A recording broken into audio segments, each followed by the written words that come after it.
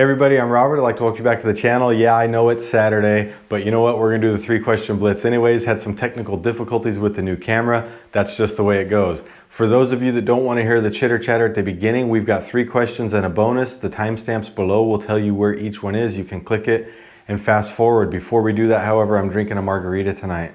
I think you guys know how I like that already because I've done it on the channel before.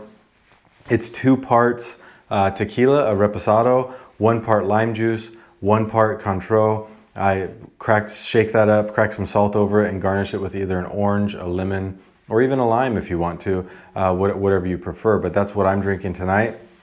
The main event today is the SSC Tuatara versus the Jesko versus the Venom F5 versus the Chiron versus the Koenigsegg Agera versus all these cars. Who actually holds the top speed record in the world today as far as all of these hypercars go? That's going to be question number 2, the main event. Number 1 is going to be, am I after a vintage car? What do I think about older cars? What do I think about old vintage cars? And number 3 is, how many laps did I do this year on the Nürburgring, and how many laps have I ever done on the Nürburgring? It's actually a great question. I don't talk too much about lap count, and I'm happy to share some insight into that.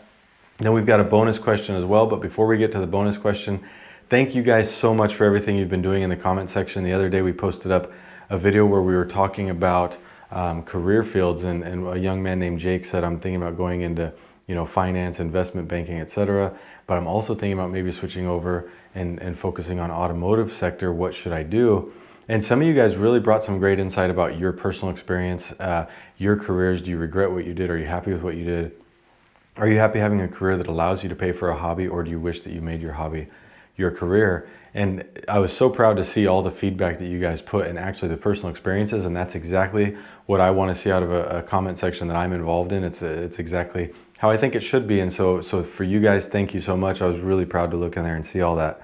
And it actually led me to believe that I'm going to do an entire video talking about that, about maybe my career field as my perspective as to how it lets me really enjoy my hobbies versus actually being my hobby.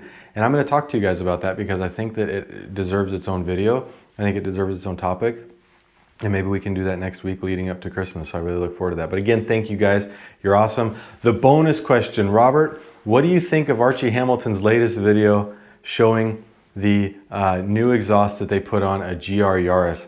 And I really liked how it was worded, because it wasn't only what do you think of the exhaust, but what do you think of the video? And I think it was a hot mess, honestly. I hadn't watched any of his videos, and I don't feel like he was being malicious in the video, but it was definitely our typical influencer flex, if you would. And it actually was hard to watch. It took me a while to get up to the point where I finally got to hear the exhaust. Skipping forward, and this is the first of that, the first of this, the only, the this, to that. And then in the in this recommended feed was a lot of stuff that really didn't interest me, in the sense of crazy or a cocky driver embarrasses supercar owners. And it was just the clickbait stuff that I think is what we're not about. So I appreciate you sending me the link to his channel. I probably won't go back. Seemed like a nice enough kid, and I think was just maybe chasing your guys' clicks and likes and subs a little bit too hard. So it definitely brought me, however, to see an exhaust that I didn't know about. So thank you for that. But no, it's not a channel that I'll be back on. But at the same time, I'll give respect. He's got a good number of followers, and I don't. So I'll give him respect that he's earned his community and his community base. But it's definitely not a channel that I can get along with the concept of yet in, I think, the 3 or 4 videos that I've randomly clicked on. But anyhow, thank you for that. The new exhaust sounded great. That titanium exhaust on the Yaris sounds good. That's one of my complaints about the car. I think the car really needs to sound better. That 3-cylinder motor is difficult to actually get some excitement out of. That's why they've piped audio into the speakers. And it's the world we're living in right now. There's not a whole lot I can say about it. But I think that takes us to question number 1, which is about a vintage car. Before I do that, I'm going to take this screen away. Borre from Apex, amazing photographer. I said, Borre, send me a picture, anything you want, and I'm going to put it up on the screen today. We'll drop it in the wallpaper section. So down in the link below, you guys can see the wallpapers, and you guys will be able to download this and use it if you want to. There's 2 of them actually, both of the M4 at sunset. Beautiful shots, great on the desktop if you're interested. So link below, go check it out. But back to the topic, what do I think of vintage cars? Is there a vintage car that I would like? And the answer is absolutely. I think vintage cars are amazing. And as cars start getting faster and faster, you start seeing 700, 800, 900 horsepower, 1,000 horsepower being normal. The cars we're going to talk about in a minute, we're talking about 16, 17, 1800 horsepower as being the standard power level. Things are getting out of control, and you can't really enjoy these cars on the road. You can't really push them on the road, because if you do, you're doing 3-4 times the speed limit before you can blink an eye. So for me, looking at cars that I want to enjoy on the road now really does have my eyes in older cars, vintage cars, more classic cars. And I know this may not seem like a complete vintage car to you guys because it's not really that old, but I have my eye on an M3, an E30 M3. You know that one of my goals is to actually build a whole Team Schirmer collection that ranges from all of the M series. And I've actually kind of feel that I want to take the M3, and instead of building it fully track with a, you know, stiff suspension and roll cage and only 2 bucket seats, etc., I'm actually thinking I might want to take the E30 M3 build and go more to a direction of like what Singer does with the Porsche. And that to me seems like something that'll have much more limited power, the ability to roll through the gears, have a little bit of fun, and have an absolutely beautiful interior. And this might be a way for me to get to enjoy cars on the road more than I do now. You guys know that I really enjoy driving my cars only on the track. I took the GT2 RS for a 2,400 kilometer round trip or road trip recently, and I had a lot of fun with it, but it still is a car that just has so much power that you're thinking all the time. I was going through France tonight. There was a board up on the highway in France, and it said basically KLMC 991, you need to slow down. And I thought, oh shit, you know. And so I imagine I'm going to be getting some mail regarding that from the lovely country of France. But I think that the vintage cars are probably the best way to take and enjoy our automotive enthusiasm on the road. So I really think that's going to be one of the next things I do, is take a E30 M3 and do a very beautiful conversion on it where cleanliness and creature comforts are at the center of it. Maybe a couple modern touches as well. What do you guys think? Do you think that's a good way to go? And what do you think about vintage cars as a whole? What's your favorite? I'm interested to hear your thoughts. The main event is question number 2. Who is the top speed record holder at the moment? Who really has the fastest car? We know that Koenigsegg a couple years ago, I think it was in 2017, correct me if I'm wrong, all this stuff I just take mostly from memory, and I believe it was in 2017, ran 278 miles an hour. The accepted, I would say, criteria for a top speed record today is that it needs to be 2 directions. I run this direction and then I back it up within an hour and I run the other direction. And that accounts for maybe tailwinds. Someone that's lucky is going to get a tailwind and the wind's going to change and they're going to go the other way. But it accounts for tailwinds, it accounts for elevation changes, maybe it accounts for sun in the driver's eye, anything that it could be that could possibly slow it down one direction or speed it up the other direction should be compensated for by running the other direction. So the fastest car to run that so far is the Koenigsegg Agera, and they went 278 miles an hour on the average. Now you guys are gonna say, yeah, but the Bugatti Chiron went 304 miles an hour, and I do believe that that car really went 304 miles an hour. They just didn't follow the accepted norm or the accepted understanding that it needs to be a 2-directional average. Maybe the Bugatti would have gone 306 the other direction and it would have actually been faster, but they didn't do it, and therefore they don't hold the record. See, it's just the same thing on the Nürburgring that we deal with. In order to have a record, you have to do it. Right now, the new accepted norm is that you do it in conjunction with the Nürburgring, with timekeepers there, and with the actual timing devices in place, and that's how you get the record. And unless you do that, you don't actually officially have that record, and that's quite difficult.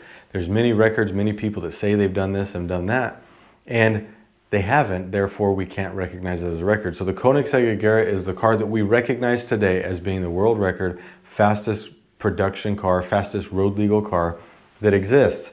But we have these 3 cars right here staring down the face of it, and these 3 cars are all cars that I suspect very well could come to the plate and actually dethrone it. We know at the bottom we have the SSC Tuatara, major news and media and everything, October, November timeframe. High of high, low of lows in terms of setting, I think it was a 316 average. And then it all came falling apart once we realized there were discrepancies with the data and with the footage. And that record has essentially been taken away and not recognized. And now we have, in the last week, we've got the Hennesy Venom F5 that was officially presented. Obviously, it was announced before we knew the car was coming, but have you heard that thing start up? Did you listen to the idle on that? Sounded absolutely amazing. I know the idle doesn't meet top speeds, but it definitely counts for something.